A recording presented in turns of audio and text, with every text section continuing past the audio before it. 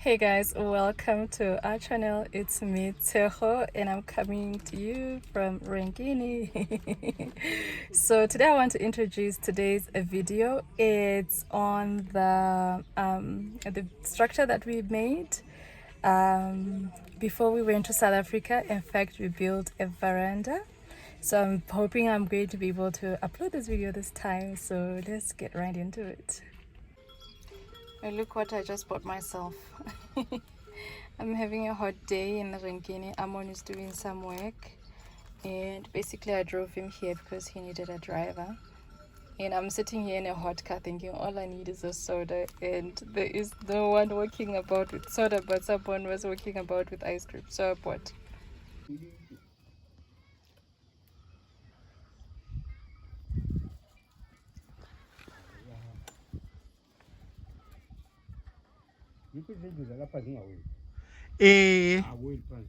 Hayi lapha umhlabathi wangikhona uqinile ngikhumenxe somkhumenxe.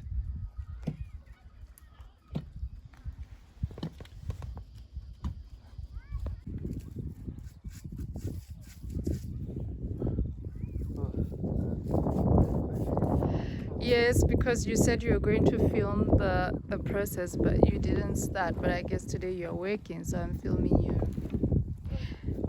So we had a welder come. Excuse the mess in our front, in the front of the house. It is crazy. Oh, I nearly tripped.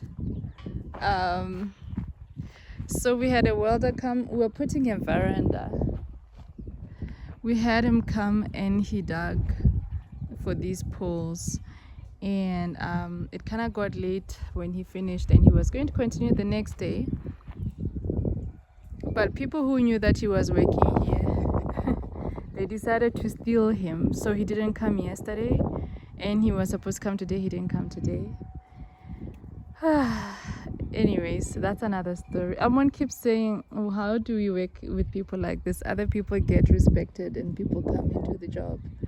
When it's us, people just, they take it easy. We're simple people. We're understanding. And they do part of the job, disappear, come back later, finish. Anyways, what can we say? I said to Ammon is because he's over friendly.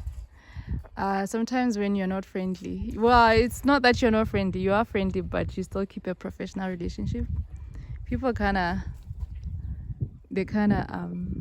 they work with you professionally, but if they feel like you're a friend, then when someone else calls, they abandon you. But what can we say?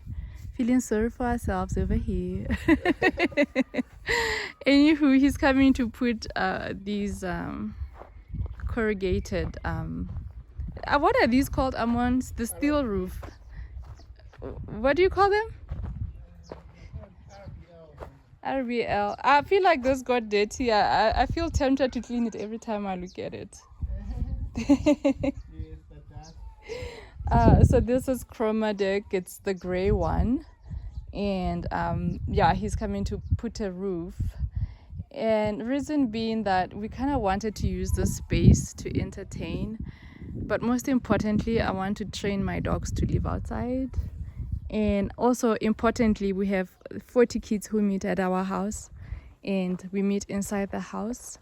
And it's like when you are making changes in your house, it's like you're building only to tear down. When you have traffic of 40 little people, they get their hands everywhere. It's like you're building but you're running down the house. So we kind of want to start meeting outside so that we can save the house. Does that make sense? I hope it does. So anyways, Ammon is putting red oxide, which the best would be to use a spray gun and spray, but it's got no power, right? Yeah. So he's doing this so that the welder doesn't take too long.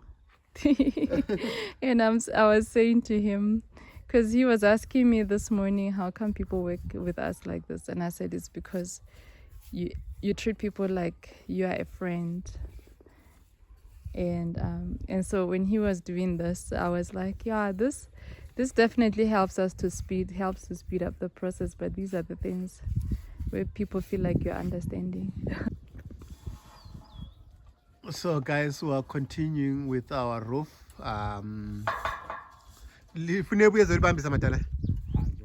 right. So this is stage 2. Getting there. Sorry about the mess. It's a workshop in the meantime, so we'll be.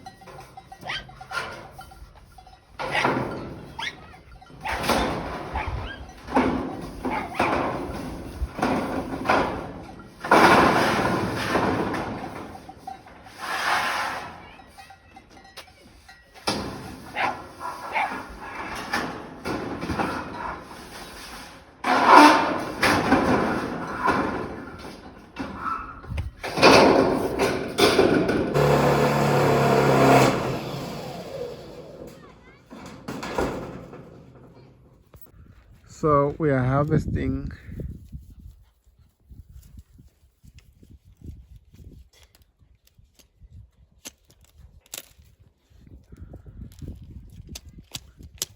it's quite a big head. I think this is the biggest we have done on thing, right? Probably. Yeah. That one is overgrown anyway. This one. Yeah.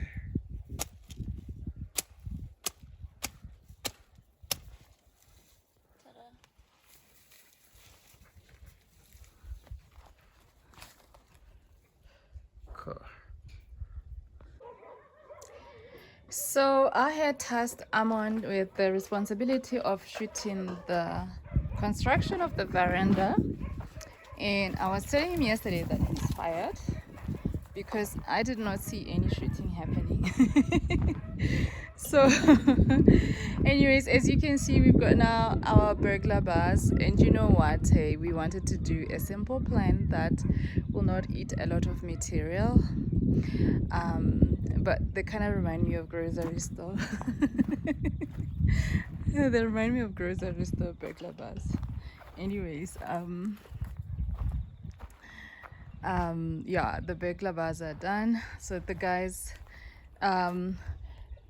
the welder, he started to make this, and he has such a neat hand, and it's not finished because the material that we had bought was short, and then we went to buy the 3 missing ones. It's because when we came home we extended, we thought it was going to be small, we made it a little bit longer, so we went and bought the 3 missing ones, and we paid a guy to deliver. It's a separate thing, and the company that sells the materials gave him shorter of the metal roof, and therefore the welder didn't get it in time to finish the roof of the gazebo. And so today we had hired another truck, because that truck is particularly small, to carry 300 bricks here because we want to do a wall for the gazebo, and we've got these small ones over here and another one over here. And he basically was supposed to come. We told him we've got builders in the morning, we've got a welder who needs the roof, because he was gonna come with the roof as well, the one that's missing, and he never showed up. So the work that was supposed to be done couldn't be done, and well, that is that. So I guess we have to find another truck to go pick up the bricks for us at the company where we bought the bricks, and basically finish or get to the stage we were wanting to get it. We couldn't get it complete because material is expensive, and the expense had gone beyond the budget that we had. So we were going to get to a certain point and stop there, But yeah, we have to get to that point. So Ammon wanted us, because so the neighbor, basically there's a wall that they do. These were fields before, and there's walls that they do to separate the fields from each other, so to avoid flooding. So the neighbor basically bulldozed the wall on her field, and now all her water comes to our house when it rains. It like literally floods. Last day it was looking like the water was going to get inside the house. Luckily it didn't, but it did get inside our neighbor's living room, and they had to scoop it out. So that wall is going to help to block the water from coming into the house. We're doing a wall that side. It's going to be a wall in an L, and on this side of the L, Ammon wants to do like a braai area, like a pizza oven braai stand built into the wall, and then the side is going to be open. So that's that. Yeah, I don't know if I'm missing anything. Yeah, the bummer for me with the round house is that it's not easy to do a veranda. That was the bummer for me. Square houses work a lot better when you add a veranda, even if it wasn't part of it to begin with. It can easily look like it was part of it. Round house, not so much. But anyways, I'm happy with what's happening here.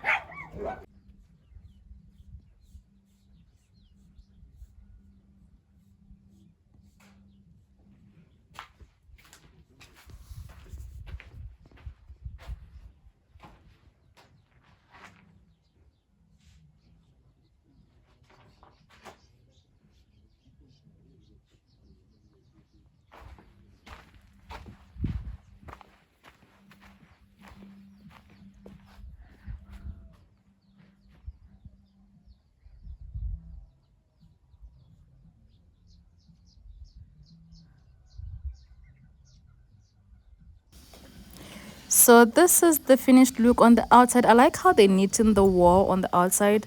I didn't actually like how they did it in the inside, because I wanted inside to be as neat as the outside wall, but inside is not as well knitted as the outside.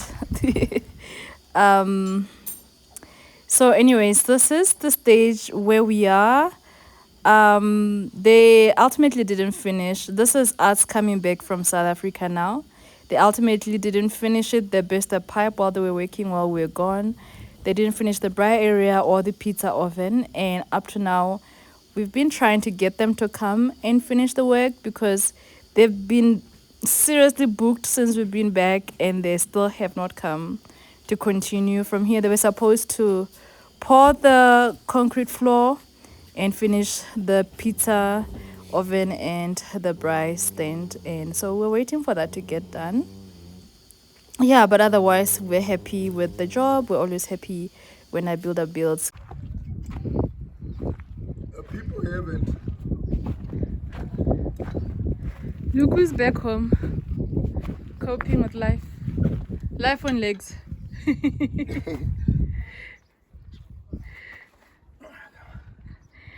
So in the time we're in Pretoria, the first week they were making the leg, the second week they were teaching him how to walk with it, and he learned in 1 week. Actually, it wasn't a full week, it was like 5 days. And in 5 days they were saying where he was with the leg. It takes a lot of people. They were saying there's someone who it's gotten them to 2 months where Ammon is with the leg in 5 days. So the guy who was telling him, he was saying, you should be proud of your achievement. But there is no but. The only but is that he needs to learn to walk faster with it. And he still uses the crutch for balance here and there, because our ground is uneven and there's stones where he slips.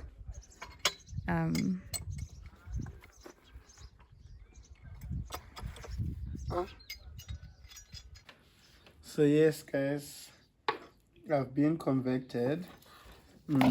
Normally we would just cut them even slightly bigger than this. What's this? This is Malusu No, what is it in English. yeah. Tribe. I know it's tripe, but it's the stomach Yes, is what I thought you were going to say. Okay. Like other people don't process their own food, so they've never seen what their food looks like. Okay. So, Or they've never had insights.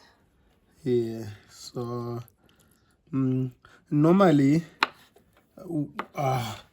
Zimbabwe would cut them maybe about this size. Wana Moana. will cut them about this size. We'll cut them in a piece that you can pick up and eat. Like a piece of meat. Like a piece of meat. And I've always been telling Ammon about the Botswana way. Yeah.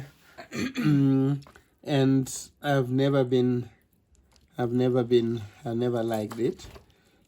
But How can you not like it when you did it once? I don't know what was wrong. You did it once. I don't know. It gave me a running tummy. I think it was the too much oil. But I figured out how to deal with that. So I'm letting the rest fry in the pot, and then I'm going to take out the oil and give them to my dog. But yes, I loved it when. So we were recently at my cousin's wedding, and that's where he got to taste the Botswana serobe. It's what we call it when it's mixed up. Yeah. Mom spoiled me, brought me some. Oh yes, you didn't have it at the wedding. Mm-mm. At the wedding we ate soswa, which is like pound meat. Yeah. And if you you like have seen like pulled meat, like pulled sheep, pulled pork, yeah, soswa looks like that. Basically it's like a traditional Setswana food, and you overcook the food and then you pound it and you remove the liquid from the meat as you pound it, right? Yeah. In South Africa, they call it, some people call it chotro. I think that's the Mafikian people, the Tswana people where my friends live. They call it chotro.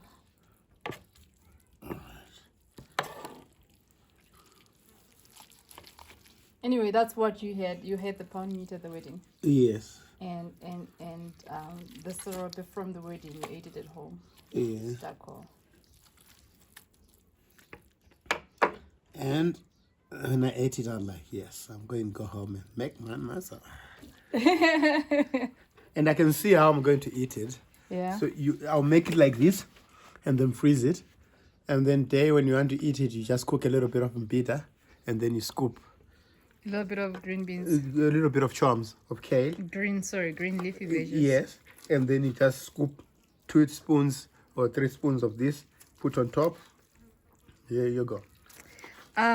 Question. Yeah, we've got flies now because Ammon ran away from outside running from the flies, and I said to him, they're gonna follow you inside the house. I had a question, but I forgot what it was. Oh yeah, I wanted to know how much is this, because we kept telling people at home that meat is expensive in Bots, veggies are expensive. Like, we realized that we basically eat for free here at home. We don't eat for free, but it's way cheaper to eat in Zim than to eat in Bots. Yeah. Right? Like, our groceries for the month here is like weekly groceries in Bots, right? Yeah. Yeah, so how much was the stomach? So the stomach is dollar something per kg. So all in all, I bought for $6. The stomach. Not the stomach, everything. Everything, the stomach and the intestines. And the intestines, which are still in the pot. Because, I mean, this is the perspective. This is the stomach already. Yeah. You're not even showing my perspective because you're covering it. Yeah. This, so let's say this is about $3 by itself. Yeah. And the intestines, which are still in the pot. Yeah. And all in all, $6. It's $6. So this is how we eat cheap keto. We eat like we bought head when we arrived from Bots. Yeah. And we get a good bit of oh my gosh, We'll get about kilograms of meat. about 15 kgs. Yeah, and we just been eating the ton now for lunch. And yeah, we try to make keto affordable. Yeah. A shame. Look at my dogs. The concentration. The only one who's good is Bella. Huh? You guys. Yeah? And I'm busy washing clothes, by the way. I'm allowing myself to be distracted, but I'm busy washing clothes. I'm gonna hang these, and I'm about to wash that. So, and then I've got a couple of blankets to wash. Tomorrow I'm hoping that the builders are coming to pour this floor. Like, I keep carrying dust with my shoes into the house. And yeah, I'm hoping that they're coming to pour so that we can minimize dust. Because look here, we've got a little patch of grass. It's so small, and normally when the kids come, their feet, like the stampede of the feet, it finishes. But because they're not going to play here, we are resuming Bible Club next week after a long pause because we had to wait for our trip to South Africa. Anyways, yeah, we won't play here. We'll play the other side of the fence, and hopefully that should minimize the stampede, and we should be able to pad to help our grass recover. It's just the water. The issue is just the water. But anyways, I'm hoping the builders are coming tomorrow so that we can minimize all this dust. Like, as soon as I finish mopping, I don't know if you can tell, but the moment I finish mopping, you can see like my trail of feet going that way. Ooh. You sound like you're in pain. My back. I tasted, and it already tastes nice. Going off to the fire to go and boil with the intestines. I am distracted, and I'm being slow to do my own job because I'm distracted. So are you gonna cut the intestines now also? Yeah.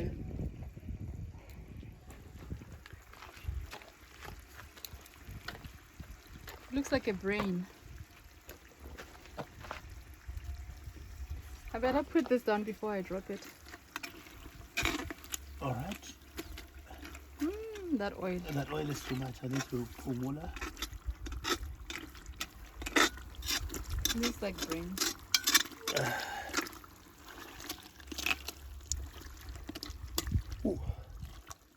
Takes off.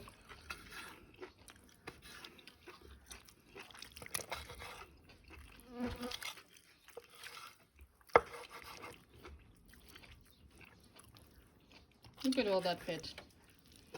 So in the village they call this amafuta angumayo. Meaning fat that gets frozen. I wanted to show your leg. Sorry to interrupt you. I did promise in the next video I'll show you guys why Ammon can drive. Okay. So we only had a week in South Africa when the guys were giving Ammon the leg. In fact, he learned how to walk within like 4 days. It was 4 days. Other days were free in the middle. But then what happened is, because he wasn't fully confident, they decided they would leave these ears. They wouldn't ordinarily do it, but they left these 2 ears here. For balance. This part they should have cut all the way, maybe down to here or something. So because it was more of a mental struggle for him to gain confidence to walk. So yeah, so those little ears, they get trapped by our steering wheel. Our car is a bit too low, and it's an old car. The steering wheel doesn't adjust, so he can't drive because his leg gets caught. So I'm the full-time taxi driver. And in the meanwhile, we're believing God for a 4x4. Actually, we're believing God for 2 types of cars. We need a working truck and a 4x4. Only because we live in the rurals and roads are bad. We want a 4x4 automatic, something small like your REF4 or whatever, but not a REF4. We've seen people with a REF4, they've got problems.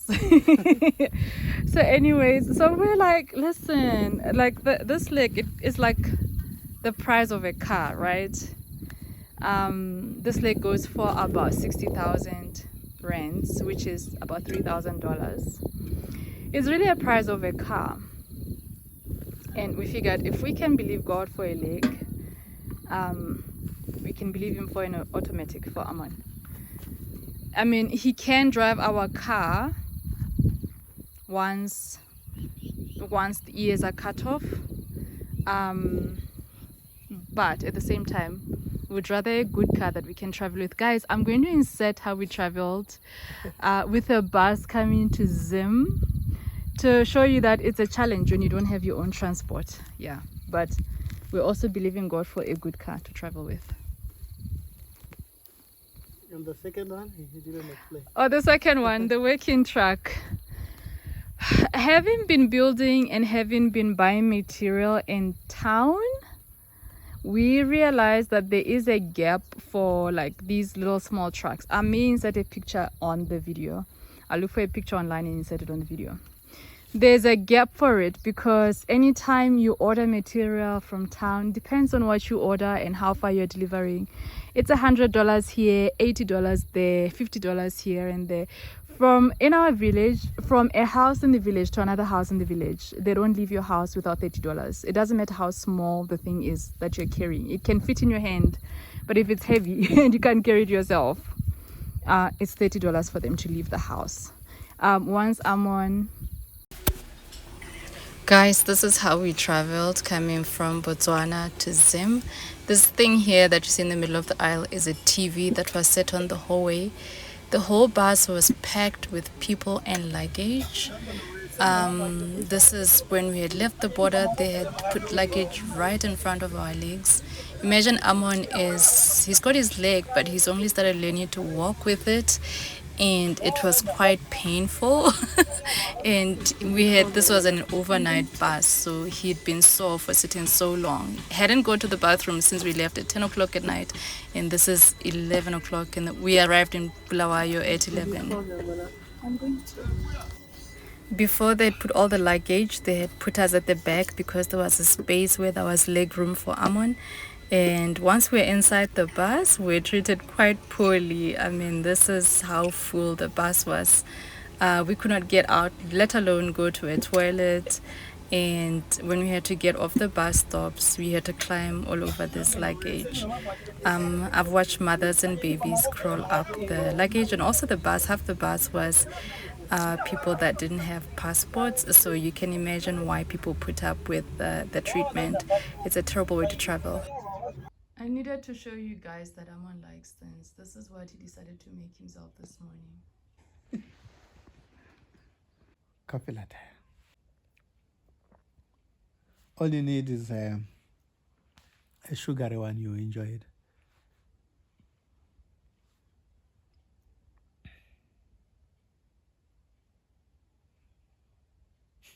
Matanda sind.